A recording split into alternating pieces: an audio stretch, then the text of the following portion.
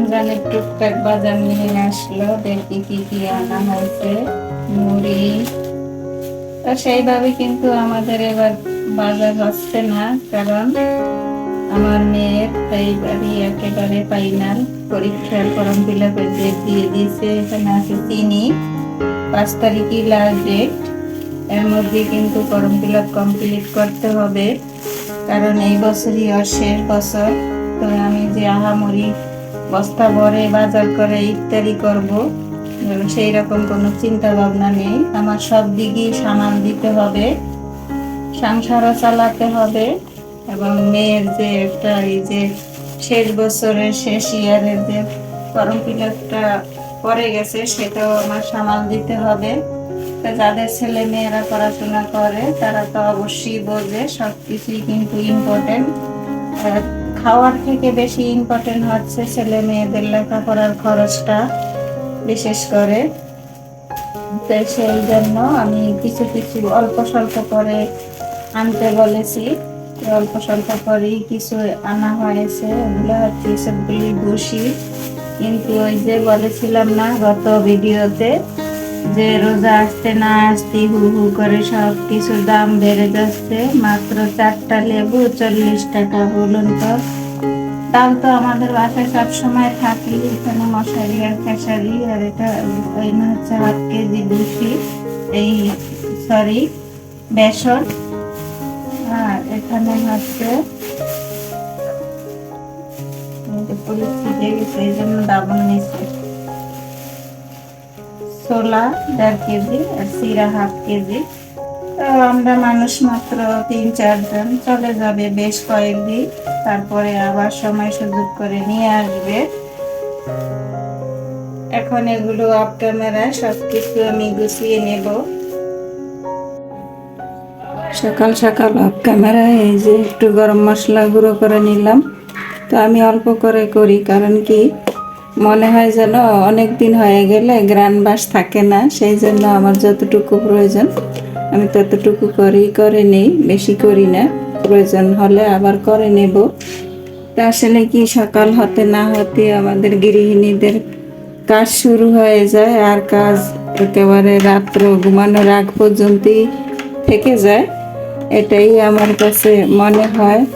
তো আজকে কিন্তু পাশের বিল্ডিংয়ে ঢালাইয়ের কাজ চলবে, জানি না আজকে কতটুকু ভিডিও করতে পারি। আর এই যে রাত্রে কিছু টমেটো আনা হয়েছে, এত ফ্রেশ টমেটোগুলো আমার কাছে তো বেশ ভালোই লাগছে, একদম কমলা লেবুর মতো সুন্দর। আর দামেও কম আছে, 20 টাকা করে। 20 টাকা করে একদম ফ্রেশ।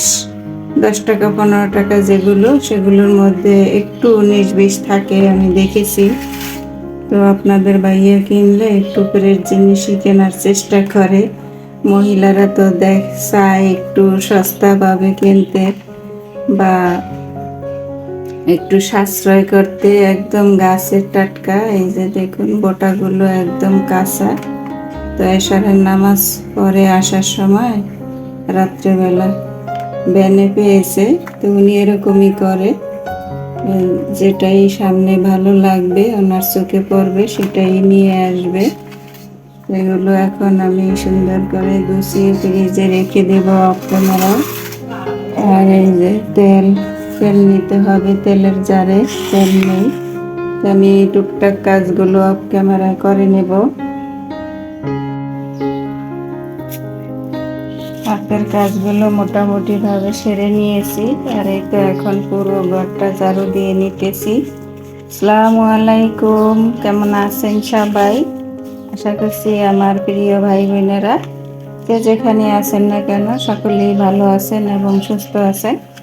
আলহামদুলিল্লাহ, আমিও আমার পরিবারের সবাইকে নিয়ে ভালো আছি।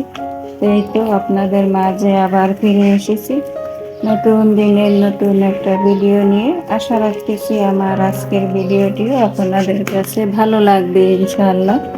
তো আমার সাথে থাকুন আর দেখতে থাকুন। তো আপুরা ভাইয়ারা দিদিমণিরা যে যেখানে বসে আমার এই ভিডিওটি দেখছেন, তো প্লিজ দেখার শুরুতেই একটা লাইক দিয়ে পুরো ভিডিওটা দেখে নেবেন। সবাই সবাইকে একটু সাপোর্ট করবেন, তাহলে আমরা সবাই এগিয়ে যাব ইনশাআল্লাহ। কেউই পিছিয়ে থাকবে না। মিলেমিশে সবাই একসাথে কাজ করলে একটা অন্যরকম আনন্দ হয় এবং এগিয়ে যাওয়ার জন্য সবাই সহযোগিতা পায়। একাকী কোনো কাজই করে আগানো সম্ভব না।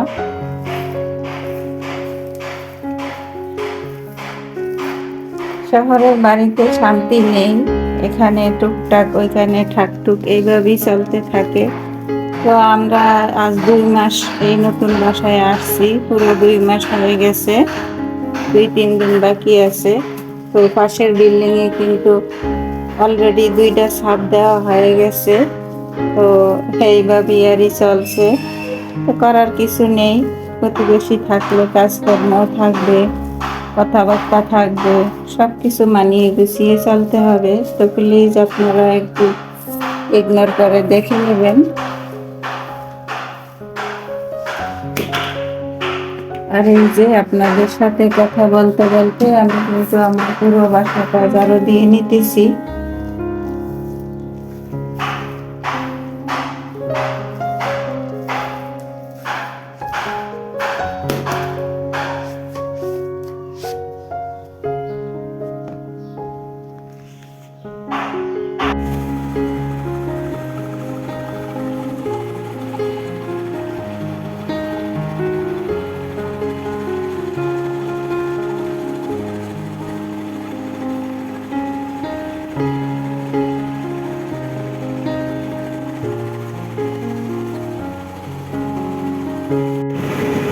কাজের পাকে একটু রং চা খেয়ে নেব বা পান করে নেব, যেটাই বলি আর বলবেন। তো কাজের ফাঁকে ফাঁকে একটু রং চা খেলে আমার কাছে ভালো লাগে। তো সকালবেলা আমি আজকে সকালবেলা চা খাইনি, এমনিতেই নাস্তা খেয়েছি। এখন এই তো মুড়ি দিয়ে রং চা খাবো। তো মুড়ি দিয়ে রং চা বলতে মশলা চা করেছি, ওই যে গলার মধ্যে একটু ফুসফুস করে, সেই জন্য আজকে আর দুধ চা খাবো না। দুধ চা এমনিতেও খাই না, অনেকদিন পর পর মন চাইলে খাই, তাছাড়া আর খাওয়া হয় না। তো একদিন খাইলেই দেখা যায় কি অনেক দিন আমার এই সমস্যা থেকে যায় গলায়। তো আজকে বেশি করে এই তো আদা চা করে নিলাম, এখন আমি একাই খেয়ে নেব। আর ওই যে পাশে যে বিল্ডিং এ ঢালাইয়ের কাজ চলছে সেটা একটু শেয়ার করেছিলাম আপনাদের সাথে।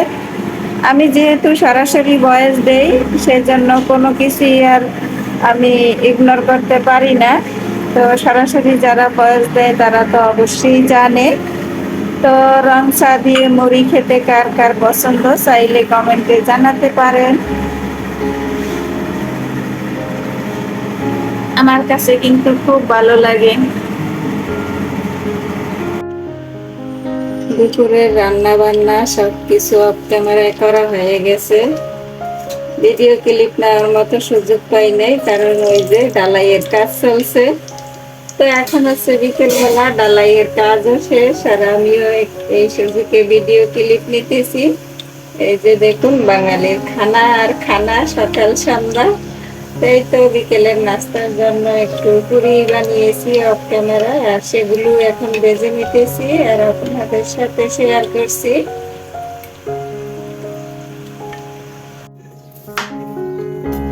এই তো পুরিগুলো ভাজা হয়ে গেছে, এখন একটা শসা কেটে দিতেছি।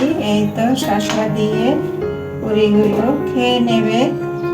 তো আমার প্রিয় আপুরা ভাইয়েরা, আমার ভিডিওটি আজ এ পর্যন্তই। দেখা হবে আবার নতুন কোনো ভিডিওর মাধ্যমে। সেই পর্যন্ত সবাই ভালো থাকবেন, সুস্থ থাকবেন, নিরাপদে থাকবেন। সবাই সবার জন্য দোয়া করবেন। আল্লাহ হাফেজ। আসসালামু আলাইকুম।